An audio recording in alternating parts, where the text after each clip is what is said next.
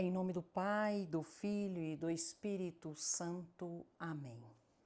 Vinde, Espírito Santo, vinde pela poderosa intercessão do Imaculado Coração de Maria, vossa amadíssima esposa. Meditação da história da Sagrada Paixão, segundo Luís de la Palma. Capítulo 12. Os sacerdotes condenam o Salvador e o acusam de blasfêmia. Durante todas as calúnias e falsos testemunhos que iam e vinham, com depoimentos e acusações, o Salvador manteve-se calado com tanta mansidão e tranquilidade, como se não estivessem falando dele. Os juízes não acolheram a primeira resposta do Senhor, e isso demonstra que não estavam dispostos a acolher a verdade e que aquele conselho tinha apenas a aparência de julgamento, sendo, na verdade, pura violência e latrocínio. Ele viu que falar não traria nenhum benefício aos que estavam presentes, por isso calou-se, para que os ausentes e as gerações futuras pudessem aproveitar o admirável exemplo de sua mansidão e humildade. O sumo sacerdote viu que todos os seus meios falharam e que os testemunhos não eram suficientes para condená-lo e desejou então encontrar motivos de acusação nas palavras do Salvador. Não conseguiu dissimular a sua insatisfação e, levantando-se repentinamente do lugar que indignamente ocupava, disse com ira e raiva ao Salvador: "Por que te calas? Por que não falas? Que soberba é essa? Ou que fingimento e dissimulação? Como não te defendes? Por que não respondes uma palavra sequer diante das tantas acusações e testemunhos que foram apresentados?" Jesus calou-se e nada respondeu. O Salvador perseverou no silêncio e nem convinha que o Filho de Deus respondesse por medo da ira de um homem. Ele nos ensinou que o silêncio traz grande perfeição e beleza à paciência, que é importante perseverar e sofrer calado diante das injúrias, desprezos e ofensas, e que quanto mais falsa e prejudicial for a acusação, mais se justifica e maior mérito tem a humildade e mansidão. Ele nos mostrou que nessas ocasiões falar pode ser perigoso, mesmo que seja para dizer palavras boas, pois elas podem ser seguidas de outras geralmente nascidas da angústia e da perturbação do momento. E, portanto, é mais seguro calar-se, tal como fez um profeta. Pus uma mordaça em minha boca, enquanto o pecador se levantava contra mim. Fiquei mudo e humilhei-me e silenciei sobre o que é bom. Salmo 38, versículo 3. Além disso, o Senhor também nos mostrou a sua grande e nunca suficientemente valorizada mansidão, anunciada tanto tempo antes pelos profetas. Não abriu a boca como um cordeiro levado ao matadouro e como ovelha muda perante seus tosqueadores, ele não abriu a sua boca. Isaías 53, versículo 7. O santo rei Davi, como se estivesse presente nessa ocasião, falou como se fosse o próprio Salvador. Amigos e companheiros se afastam à vista das minhas chagas e meus vizinhos se mantêm à distância. Preparam armadilhas os que buscam tirar minha vida. Os que procuram minha ruína falam de crimes, todo dia meditando em traições. E eu, como um surdo, não escuto, como um mudo, não abro a boca. Sou como um homem que não ouve e não responde. Salmo 37, versículo 12 a 15. Isto é exatamente o que fez o Salvador. O sumo sacerdote, cansado da demora, decidiu perguntar claramente o que desejava ouvir da boca de Jesus diante do conselho, pois ele sabia melhor do que as testemunhas que queriam condená-lo à morte por blasfêmia. Fora dito que Jesus dizia ser filho de Deus, o que eles consideravam uma grande blasfêmia. E o sumo sacerdote decidiu arrematar e forjar a calúnia sobre isso, como se vê na acusação que foi feita diante do governador Pilatos. Segundo a lei, deve morrer porque se fez filho de Deus. João 19, versículo 7. Por isso, o sumo sacerdote quis perguntar diretamente sobre essa acusação. Se ele a negasse, o condenaria pela mentira, e se confessasse, pela blasfêmia. E para que ele não se defendesse, calando-se, forçou-o a responder dizendo: Conjuro-te, pelo Deus vivo e verdadeiro, que nos digas aqui a todos se tu és o ungido Filho de Deus. O Senhor, pelo respeito que devia a seu pai, cujo nome havia sido conjurado, e para em nada faltar à verdade que sempre pregara, confessou-a e não a negou, embora soubesse que com isso teria um motivo para condená-lo. Ele disse: Tu o dizes? Eu o sou. E para que pudessem crer nessa verdade sem se escandalizarem pela humildade com que naquele momento se submetia a julgamento, revelou-lhes a majestade de que em breve iria revestir-se. Em verdade vos digo que muito em breve vereis o Filho do Homem, que aqui está humilhado, sentado à direita do eterno Pai, no reino eterno, e que virá sobre as nuvens do céu para julgar todos os homens. Ao ouvir essa resposta, o sumo sacerdote, com a mesma fúria com que se tinha levantado, rasgou as suas vestes. Gesto e cerimônia que costumavam fazer quando ouviam uma grande blasfêmia.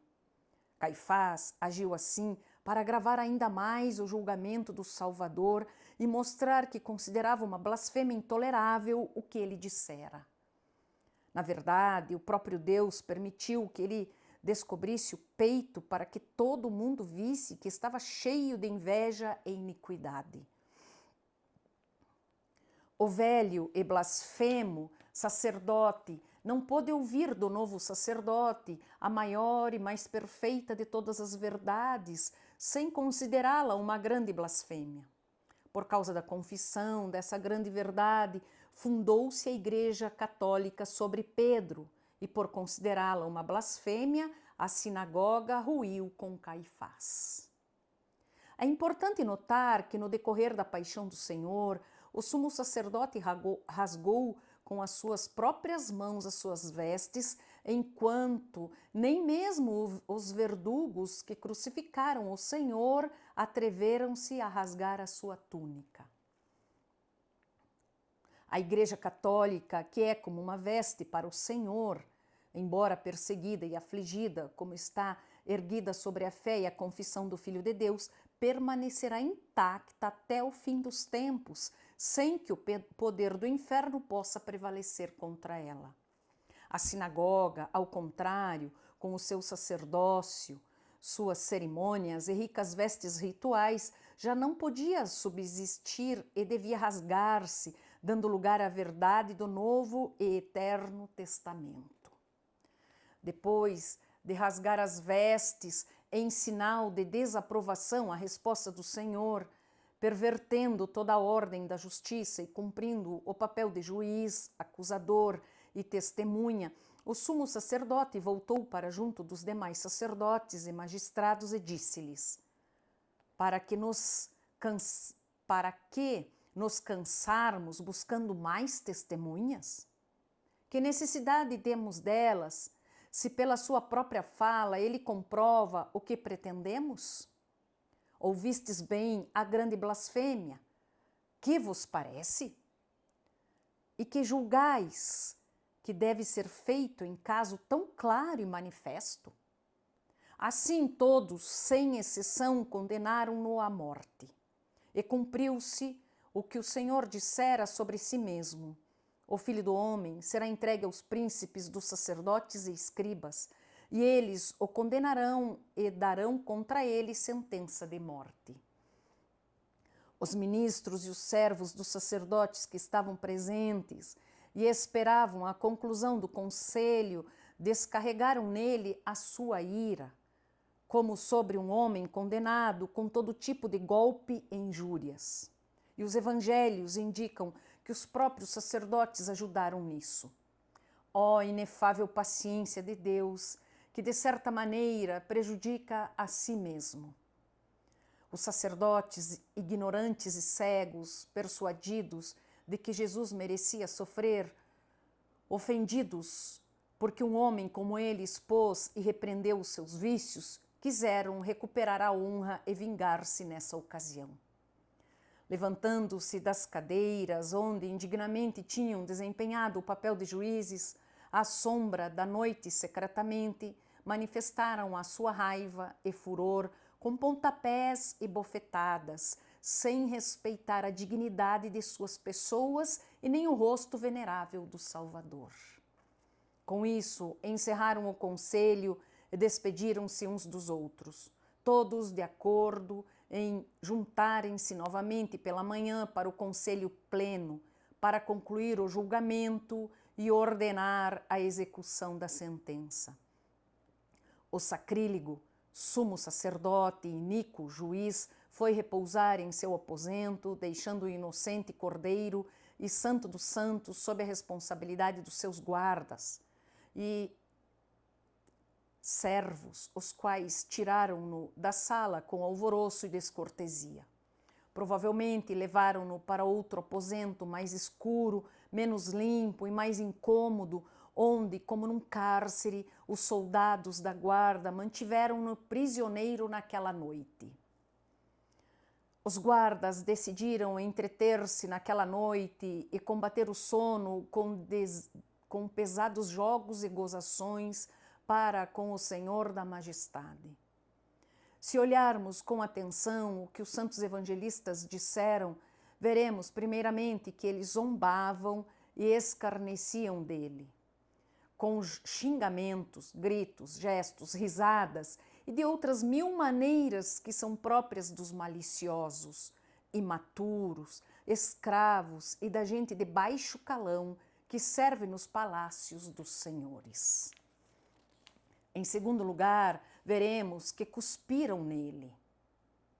Homens vis e atrevidos que com sua saliva suja e asquerosa desfiguravam o belo rosto de Jesus, para o qual, como disse São Pedro, desejam olhar todos os anjos. Em terceiro lugar, feriam-no com golpes, pontapés ou com punhos fechados. Em quarto lugar, cobriram o seu rosto para executarem as suas invenções com mais liberdade e menos constrangimento, e assim o vil judaísmo condenou a si próprio a nunca mais vê-lo. Depois de vendar os olhos, aos quais nada se esconde, alguns cuspiram em seu rosto e outros lhe deram bofetadas com a mão aberta, causando muita afronta e dor. Como ele era considerado um profeta entre os homens do povo, para ainda mais caçoarem e escarnecerem dele, os guardas diziam, enquanto lhe batiam: profetiza-nos agora, Cristo, quem foi que te feriu? E diziam muitas outras coisas como essas, blasfemando contra ele com desonra e afrontas. Por um lado, isso revela o atrevimento dos homens, e por outro, a sua cegueira e ilusão, por atirarem a pedra e esconderem a mão, pensando que podiam cobrir os olhos de Deus com a sua hipocrisia e fingimento para que ele não visse nem escondesse as suas maldades. Não se pode deixar de mencionar o que tantos anos antes o profeta Isaías dissera sobre todas essas invenções de escárnios e crueldades. Em espírito, ele viu que não somente o feriam, cuspiam em seu rosto e insultavam-no com palavras, para também que lhe arrancavam os cabelos e a barba. O que o Senhor sofria, tudo isso voluntariamente, com perseverança e integridade. O profeta disse em nome do Senhor: ofereci meu corpo aos que me feriam, e minha face aos que me arrancavam a barba. Não desviei nem afastei o rosto dos que me injuriavam e cuspiam em mim. Isaías 50, versículo 6. É importante notar não somente a mansidão e a humildade do Salvador, mas também a sua magnanimidade e perseverança ao manter o rosto firme, sem desviá-lo nem escondê-los, dos que cuspiam nele e feriam-no com golpes e bofetadas. Os guardas responsáveis pelo Salvador revezaram-se durante toda a noite. Enquanto alguns dormiam, outros velavam. E os que acabavam de chegar sempre traziam alguma nova invenção para se divertirem à custa do Senhor que sofria. E as gargalhadas ressoavam no aposento onde estavam. Dessa maneira, com todo esse entretenimento, o Senhor passou a noite que nunca amanheceu para os cegos da sinagoga. Amém. Em nome do Pai, do Filho e do Espírito Santo. Amém.